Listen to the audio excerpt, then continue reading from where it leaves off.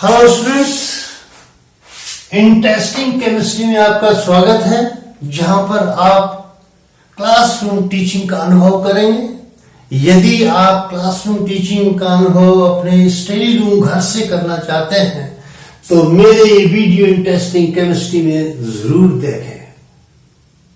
आज का टॉपिक जो चीज मैं आपको डिस्कस करने जा रहा हूं वो है पोजीशन ऑफ हाइड्रोजन, यानी कि हाइड्रोजन का पीरियोडिक टेबल आवर्त सारणी में स्थान क्या है। और ये प्रश्न बहुत ही बार आपकी परीक्षा में पूछा जाता है कि पीरियोडिक टेबल या आवर्त सारणी में हाइड्रोजन के स्थान की व्याख्या कीजिए। तो आप व्याख्या कैसे करेंगे? तो तत्वों का वर्गीकरण, इसलिए आपको मैं बताता हूं कि तत्वों का वर्गीकरण का आधार क्या है। पीरियोडिक टेबल में तत्वों का वर्गीकरण किया गया है, उसका आधार क्या है। जो आधुनिक आवर्त सारणी है उसमें तत्वों के वर्गीकरण का आधार केवल उनके इलेक्ट्रॉनिक कॉन्फ़िगरेशन का है, इलेक्ट्रॉन विन्यास का है। इलेक्ट्रॉनिक कॉन्फ़िगरेशन यानी कि इलेक्ट्रॉन विन्यास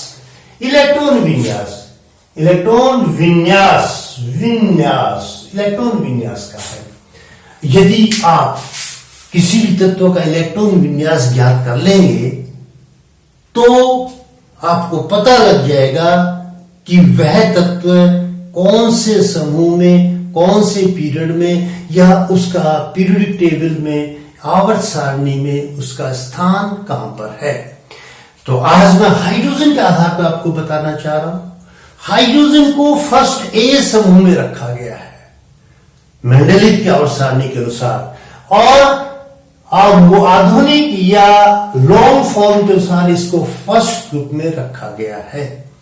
फर्स्ट ग्रुप में हाइड्रोजन को alkali metals lithium, sodium, potassium, rubidium के साथ रखा गया है, क्योंकि जब हम इनके इलेक्ट्रॉन विन्यास को देखते हैं तो इनका अंतिम जाने वाला इलेक्ट्रॉन S1 होता है।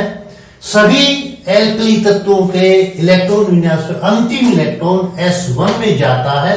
आप सबके जानते हैं इस बात को। इसलिए हाइड्रोजन को एल्कली तत्वों के साथ या एल्कली मेटल्स के साथ में फर्स्ट ए समूह में रखा जाता है। सेकेंड, जब एल्कली मेटल्स जो होते हैं लिथियम, सोडियम, पोटेशियम के जो कैटायन बनाते हैं 1 positive, Na positive, K positive और सो ऑन, तो हाइड्रोजन इसी प्रकार से H आयन बनाता है। और इनके इलेक्ट्रॉन विन्यास बता दिया। उसके बाद में हाइड्रोजन और एल्कली मेटल्स के जो कंपाउंड्स हैं वो भी हाइड्रोजन H2O बनाती है ऑक्साइड, तो लिथियम Li2O, सोडियम Na2O। इसी प्रकार से जब इनकी हैलोजन से क्रिया की जाती है, हाइड्रोजन HX और सोडियम, पोटेशियम, रुबिडियम, ये NaX, क्लोरीन, ब्रोमीन और आयोडीन के साथ किसी प्रकार से, इस प्रकार से हाइड्रोजन का इलेक्ट्रॉन विन्यास एल्कली तत्वों के इलेक्ट्रॉन विन्यास से समानता रखता है, उनके कुछ यौगिकों में भी समानता रखता है। अतः हाइड्रोजन को एल्कली तत्वों के साथ फर्स्ट ए ग्रुप में रखना उचित है यहां से। लेकिन यहां पर आप ये ध्यान रखेंगे कि ये जो HX है, ये हाइड्रोजन जो होती है वो कोवेलेंट कंपाउंड बनाती है और ये आयनिक कंपाउंड बनाते हैं, इसलिए थोड़ा डिफरेंस है यहां पर, ये ध्यान रखेंगे आप। और इसके अलावा अब यहां पर कंट्राडिक्टरी क्या है, हाइड्रोजन तो गैस है और ये सभी सॉलिड है, चाहे मोम की तरह से नरम होंगे। ये लिथियम, सोडियम, लिथियम थोड़ा लिक्विड भी उसमें हो सकता है, सोडियम मोम की तरह से नरम होता है, लेकिन हाइड्रोजन गैस है। लेकिन इसलिए हाइड्रोजन गैस, इसकी समानता नहीं है, अतः हाइड्रोजन यहां रखना। Na2 नहीं बनता, H2 बन जाता है। लेकिन ये असमानता भी आपको बतानी चाहिए, डिसिमिलरिटी भी बतानी चाहिए। नो, इसलिए हम ये देखते हैं कि हाइड्रोजन को तो हम 7th A ग्रुप में रख सकते हैं मेंडेलीव के अनुसार, और आधुनिक पीरियोडिक टेबल के में हम 17th ग्रुप में रखते हैं। हाइड्रोजन का इलेक्ट्रॉनिक कॉन्फ़िगरेशन s1 है और इनका हैलोजन तत्वों का इलेक्ट्रॉनिक 2p5 3p5 3p, ये 3p5 लिख सकते हैं, 3p5 सो ऑन। इस प्रकार से हैलोजन तत्व में तो अंतिम इलेक्ट्रॉन p में जाता है और हाइड्रोजन में अंतिम इलेक्ट्रॉन s1 में जाता है। तो फिर हम इसको कैसे रखते हैं? इनके इलेक्ट्रॉन विन्यास में क्या समानता है, कैसे ढूंढेंगे आप?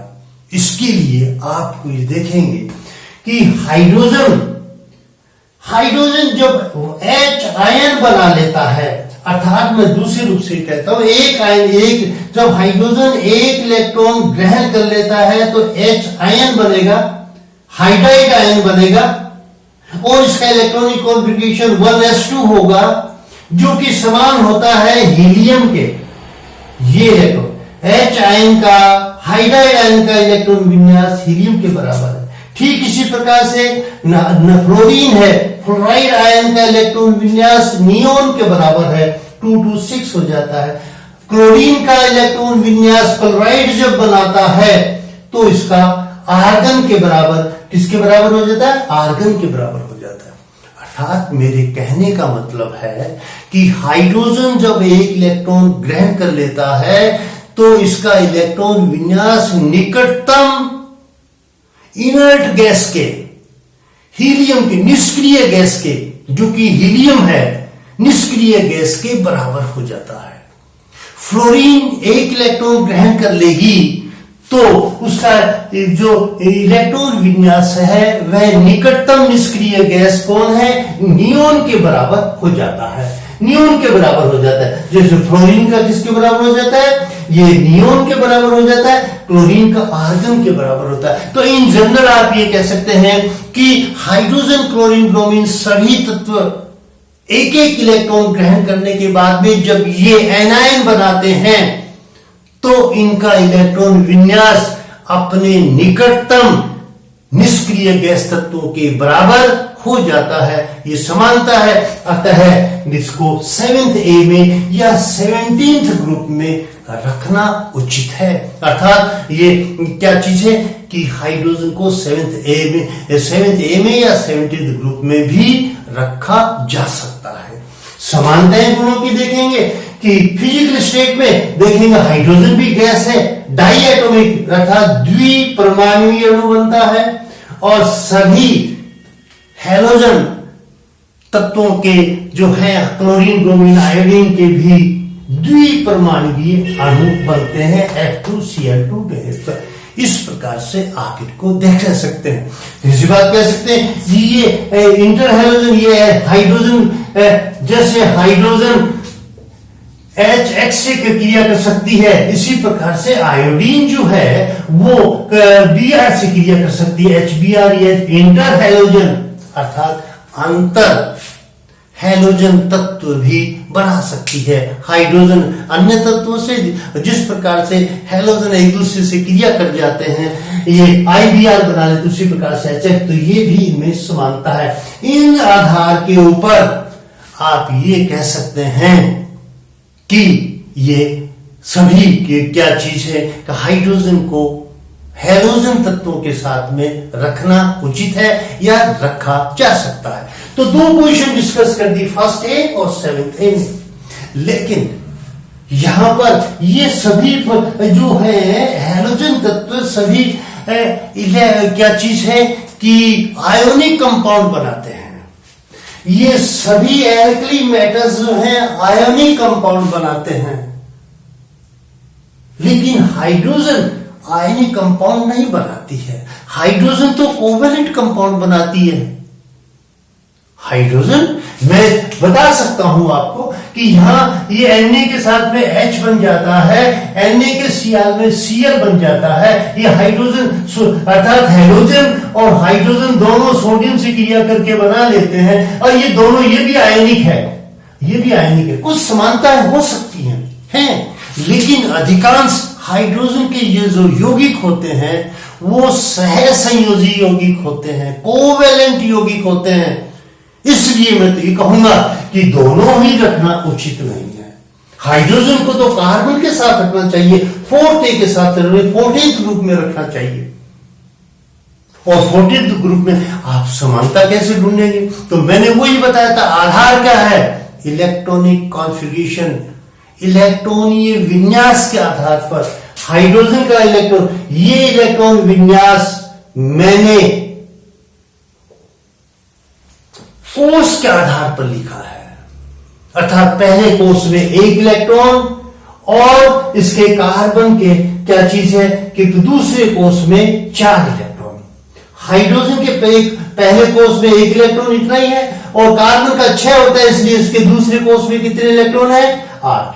अब यहां सोचो कि दूसरे कोष में अधिकतम इलेक्ट्रॉन कितने आ सकते हैं? 8। और दूसरे यहां पहले कोष में अधिकतम इलेक्ट्रॉन कितने आ सकते हैं? 2। क्या समानता है? अर्थात बाह्यतम कोष में जितने इलेक्ट्रॉन होने चाहिए उनका आधा इलेक्ट्रॉन दोनों में है। हाइड्रोजन में बाह्यतम कोष में अधिक से अधिक 2 इलेक्ट्रॉन, लेकिन उसका आधा है। इसी प्रकार से कार्बन में बाह्यतम कोष में ज्यादा से ज्यादा 8 इलेक्ट्रॉन आ सकते हैं, लेकिन कितने? 8 इलेक्ट्रॉन आता है। ये समानता है। दोनों के बाह्यतम कोष में उनकी क्षमता से आधे इलेक्ट्रॉन है। हाइड्रोजन की क्षमता कितनी? यहां पर पहले कोष की 2 क्षमता है तो 1 इलेक्ट्रॉन है, और कार्बन की क्षमता कितनी है? 8 है। यहां दूसरे कोष की क्षमता 8 है तो उसमें कितने इलेक्ट्रॉन है? 4 इलेक्ट्रॉन है। दोनों अतः इसको क्या चीज है कि 4th में या 14th ग्रुप में रखना चाहिए। इसलिए सभी में कुछ समानताएं हैं, कुछ डिसिमिलरिटीज है। इसलिए ये तो एक डिस्कशन का, ये तो एक आपस में डिस्कशन का विषय हो गया। अतः हाइड्रोजन को सिग्मॉल करके और इस पीरियोडिक टेबल के ऊपर ही ऊपर लिखा जाता है, और ये से हाइड्रोजन को हम सब, इसका संबंध इससे भी हो सकता है, इसका संबंध इससे हो सकता है, इसका संबंध इससे हो सकता है। तो ये मैंने हाइड्रोजन की पोजीशन का आपको पीरियोडिक टेबल में हाइड्रोजन की पोजीशन की व्याख्या का, हाइड्रोजन के स्थान की व्याख्या कैसे करेंगे, ये मैंने कर दिया है। आशा करता हूं ये वीडियो आपके लिए बहुत ही लाभप्रद होगा। आप इसको समझ करके अपने क्वेश्चन आने वाले 2 नंबर का जो प्रश्न होता है, इस आधार पर आप उसकी व्याख्या कर सकते हैं।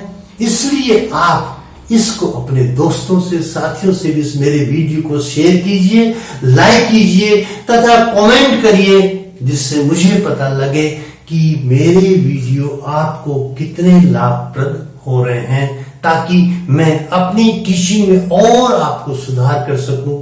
आशा करता हूं आप इस वीडियो को पूरा शुरू से देख करके आके देखेंगे और आप अपने दूसरे साथियों को भी पढ़ाएंगे। आज के लिए इतना ही। Thank you very much.